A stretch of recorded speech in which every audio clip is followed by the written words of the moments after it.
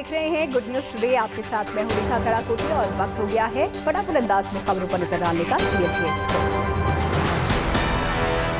आज से शुरू हो रहा है संसद का शीतकालीन सत्र। आज ही तीनों कृषि कानून को वापस लेने के लिए बिल पेश करेगी सरकार। शीतकालीन सत्र में पेश होने वाले करीब 30 विधेयक। सरकार ने दिया है हर उस मुद्दे पर चर्चा का भरोसा जिसको चेयरमैन और स्पीकर की मिलेगी स्वीकृति। पेश होने वाले क्रिप्टो करेंसी और डिजिटल करेंसी बिल पर विवाद की संभावना। SC/ST विधेयक पर घमासान के भी आसार। विपक्ष संसद में उठाएगा MSP का मुद्दा। कोरोना मृतकों को मुआवजा और महंगाई के मुद्दे पर भी सरकार को घेरने की तैयारी। बेरोजगारी का भी मुद्दा उठाएगा विपक्ष। पेगासस पर भी सरकार को घेरने की बनी है रणनीति। संसद सत्र से पहले राहुल गांधी ने ट्वीट से साधा निशाना। लिखा, नफरत नहीं जीतेगी, विश्वास रखिए, हार नहीं माननी, रुकना नहीं है। BSF का अधिकार क्षेत्र बढ़ाने के खिलाफ TMC दिखाएगी तेवर। कांग्रेस भी विरोध के मूड में। केंद्रीय मंत्री मुख्तार अब्बास नकवी का बयान, विपक्ष के पास अगर मुद्दे हैं तो जरूर उठाएं। 23 दिसंबर तक चलने वाला है संसद का शीतकालीन सत्र। विपक्ष ने सरकार को रचनात्मक मुद्दों पर सकारात्मक सहयोग देने का दिया भरोसा। दिल्ली के सिंघू बॉर्डर पर आज पंजाब के 32 किसान संगठनों की अहम बैठक। संसद की कार्यवाही और आगे की रणनीति पर होगी चर्चा। कोरोना के नए वेरिएंट ओमिक्रॉन को लेकर देश भर में अलर्ट। नए वेरिएंट के खतरे को रोकने के लिए एक्शन शुरू। नए कोरोना वेरिएंट ओमिक्रॉन को लेकर केंद्र सरकार ने इंटरनेशनल पैसेंजर्स के लिए जारी की नई गाइडलाइंस 1 दिसंबर से लागू होंगी। केंद्र ने जारी की नए वेरिएंट के जोखिम वाले देशों की लिस्ट। ब्रिटेन समेत सभी यूरोपीय देश, Israel, south Africa, Brazil, Bangladesh, Botswana, चीन, मॉरिशस, न्यूजीलैंड, जिम्बाब्वे, सिंगापुर और हांगकांग शामिल। अब इंटरनेशनल पैसेंजर्स को सफर शुरू करने से पहले केंद्र सरकार के एयर सुविधा पोर्टल पर अपलोड करना होगा सेल्फ डिक्लेरेशन फॉर्म। 72 घंटे के अंदर की नेगेटिव RT-PCR रिपोर्ट भी करनी होगी जमा। विदेशों से भारत आने वाले यात्रियों को देना होगा पिछले 14 दिन का ट्रैवल हिस्ट्री का रिकॉर्ड भी।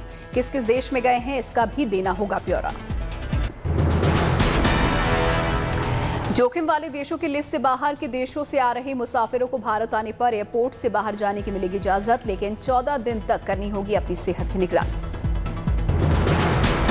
जोखिम वाले देशों से आने वाले मुसाफिरों का एयरपोर्ट पर कोविड टेस्ट अनिवार्य। रिपोर्ट नेगेटिव होने पर 7 दिन घर में रहना होगा क्वारंटीन और 8वें दिन फिर से कराना होगा कोविड टेस्ट।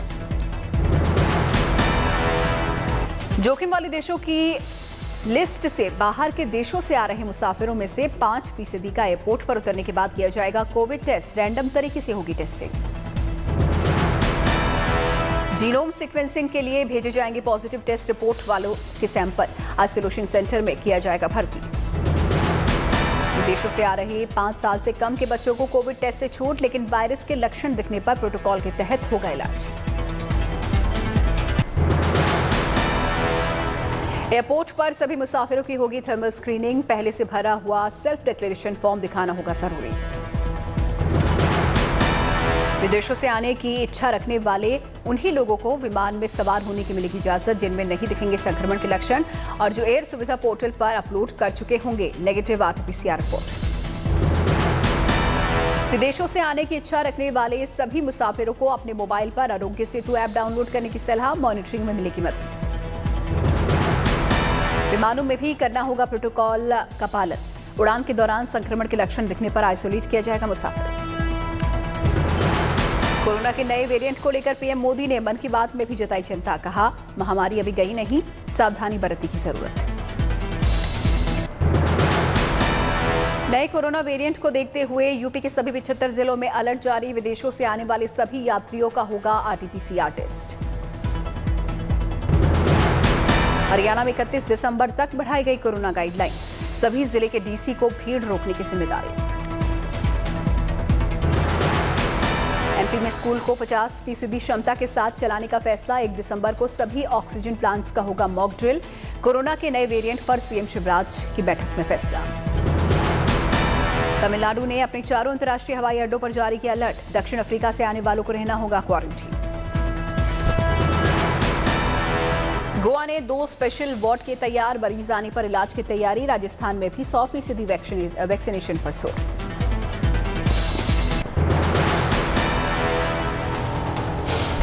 दक्षिण अफ्रीका से महाराष्ट्र के डोंबिवली पहुंचा एक आदमी मिला कोरोना पॉजिटिव। आइसोलेशन वार्ड में किया गया भर्ती, जांच के लिए मुंबई भेजा गया सैंपल। एम्स के डायरेक्टर रणदीप गुलेरिया ने किया आगाह, ओमिक्रॉन के 30 से ज्यादा म्यूटेशन, वैक्सीन का भी असर हो सकता है कब। डॉक्टर गुलेरिया ने विदेशों और संक्रमित क्षेत्र से आने वाले लोगों को लेकर बहुत सतर्कता से निगरानी रखने की जरूरत पर जोर दिया।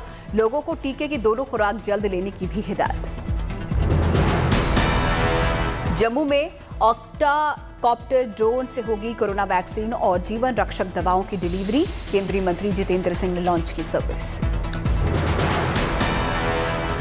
15 मिनट में 15 किलोमीटर का सफर तय करेगा ऑक्टाकॉप्टर ड्रोन। टीकाकरण के लिए हर घर दस्तक योजना को लगेंगे पंख। एक बार में पहुंचाएगा टीके की 50 वाइल्स की खेप। नए कोरोना वेरिएंट पर बोले अमेरिकी एक्सपर्ट डॉक्टर एंथनी फाउची, टीका लगवाने पर हो सकता है बचाव। एंथनी फाउची ने किया आगाह, नए वेरिएंट से निपटने के लिए रहना होगा तैयार। तेजी से फैलने की जताई आशंका। नए कोरोना वेरिएंट के संक्रमण को लेकर दुनिया भर में सतर्कता। ऑस्ट्रेलिया में विदेश से आने वालों की जांच। अब तक कई देशों ने हवाई सफर पर लगाई पाबंदी। कोरोना के नए वेरिएंट के प्रकोप के बावजूद दक्षिण अफ्रीका और नहीं बढ़ाएगा पाबंदियां, राष्ट्रपति सिरिल का बयान। दक्षिण अफ्रीका के राष्ट्रपति ने की मांग, अमीर देश हटाएं यात्रा संबंधी पाबंदियां, टीका मुहैया कराने और मदद के लिए बढ़ाए हाथ। दिल्ली में आज से खुलने वाले हैं स्कूल और कॉलेज, कोरोना प्रोटोकॉल का करना होगा पालन। दिल्ली में प्रदूषण की स्थिति की समीक्षा के लिए सरकार करेगी बैठक, सुप्रीम कोर्ट में भी होगी सुनवाई। गोरखपुर के लोगों को सीएम योगी ने दी सौगात, 316 करोड़ की परियोजनाओं का किया लोकार्पण और शिलान्यास। सीएम योगी का बयान, अगले महीने पीएम करेंगे एम्स और खाद कारखाने का लोकार्पण। रामगढ़ ताल क्षेत्र में अत्याधुनिक वाटर स्पोर्ट्स कॉम्प्लेक्स का भी होगा उद्घाटन। देवरिया कुशीनगर में खोली जाएगी नई चीनी मिल, मुख्यमंत्री योगी आदित्यनाथ ने किया ऐलान। त्रिपुरा नगर निगम चुनाव में 334 में से 329 सीटों पर बीजेपी की जीत। पार्टी गदगद, 112 सीट पहले ही निर्विरोध जीत चुकी थी बीजेपी। त्रिपुरा में बम्पर जीत पर अगरतला में बीजेपी कार्यकर्ताओं का जश्न, जमकर लगे नारे और बांटी गई मिठाइयां। त्रिपुरा में बीजेपी की जीत को अध्यक्ष जेपी नड्डा ने बताया लोकतंत्र की जीत, कहा यह पीएम मोदी के विकासवादी सोच की जीत। त्रिपुरा से ताल्लुक रखने वाली केंद्रीय मंत्री प्रतिमा भौमिक ने दी बधाई, कहा विपक्ष की पूरी साजिश नाकाम, यह हमारे लिए फाइनल जीत। टीएमसी नेता सुष्मिता देव ने नतीजों पर जताई हैरानी, कहा अगरतला निगम चुनाव में बड़े पैमाने पर धांधली।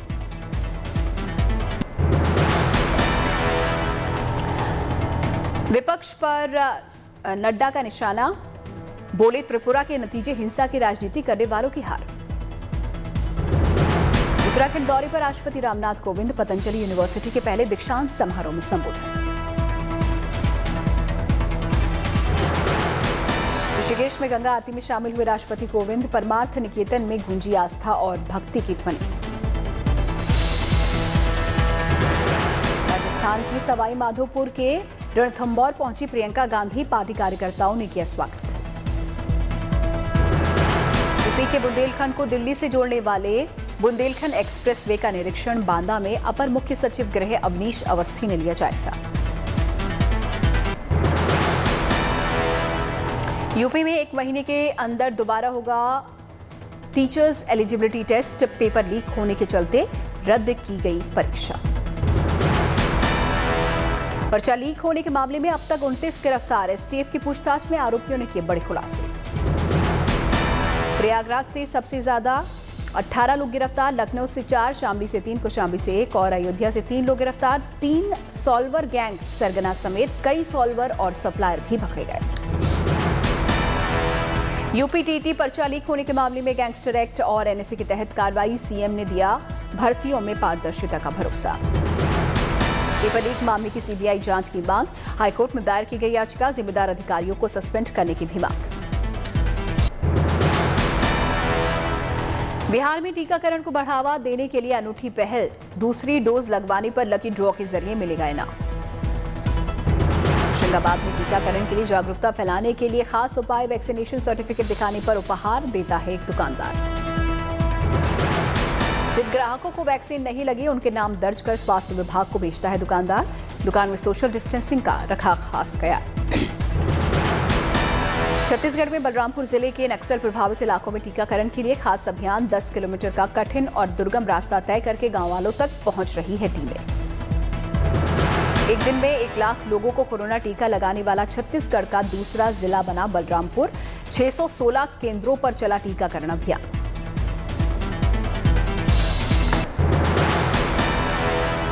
पठानकोट में आर्मी एरिया के गेट पर हुए ग्रेनेड हमले के बाद हाई अलर्ट। भारी संख्या में पुलिस फोर्स की तैनाती। पठानकोट में रात के वक्त चप्पे चप्पे पर पुलिस की चेकिंग। सभी एंट्री गेट किए गए सील। पुलिस के साथ साथ कमांडो के अतिरिक्त दस्ते भी तैनात। मणिपुर के थौबल में पकड़ा गया हथियारों और गोले बारूद का बड़ा जखीरा। यूएनएलएफ का एक आतंकी गिरफ्तार। दिल्ली के साकेत में सिलेक्ट सिटी वॉक में पुलिस और सुरक्षा एजेंसियों की मॉक ड्रिल। अनहोनी के मौके पर आपस में तालमेल बिठाने का किया अभ्यास। गाजियाबाद में रिहायशी कॉलोनी के लोगों ने गाजीपुर बॉर्डर तक निकाला मार्च। आंदोलनकारी किसानों से सड़क खाली करने की मांग।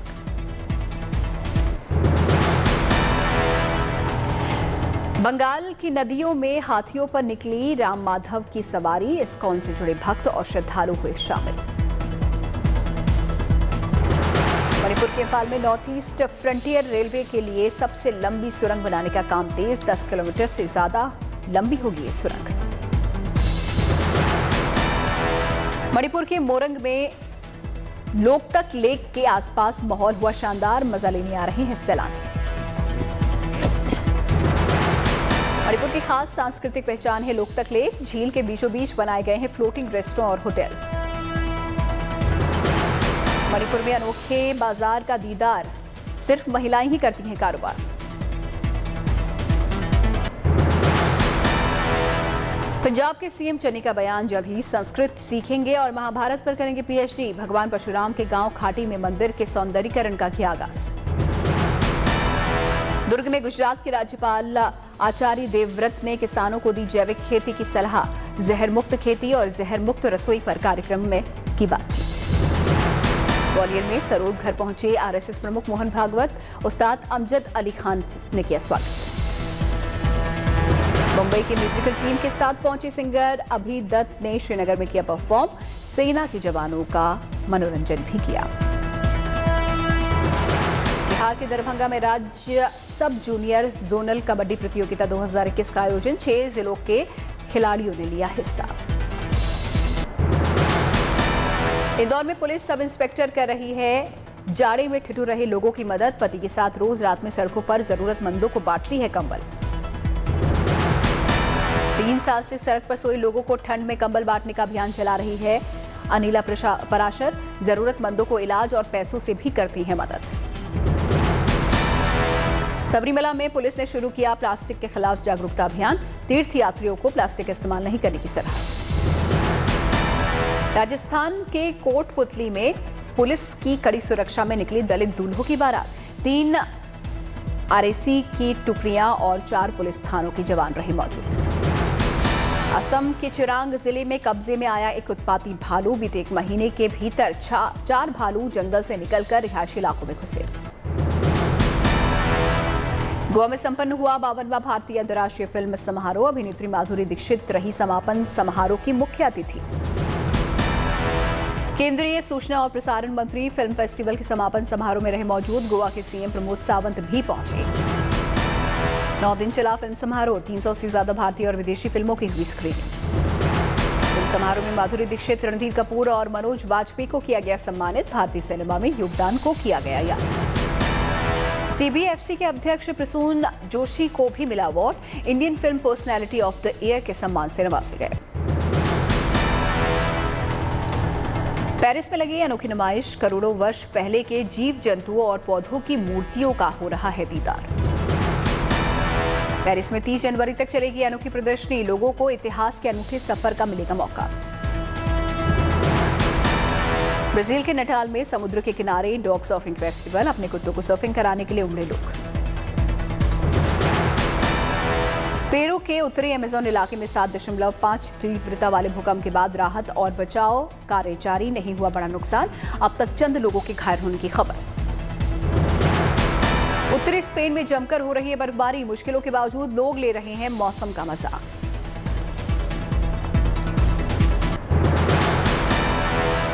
कानपुर टेस्ट पर भारत की पकड़ मजबूत, जीत के लिए न्यूजीलैंड को दिया 284 रनों का लक्ष्य।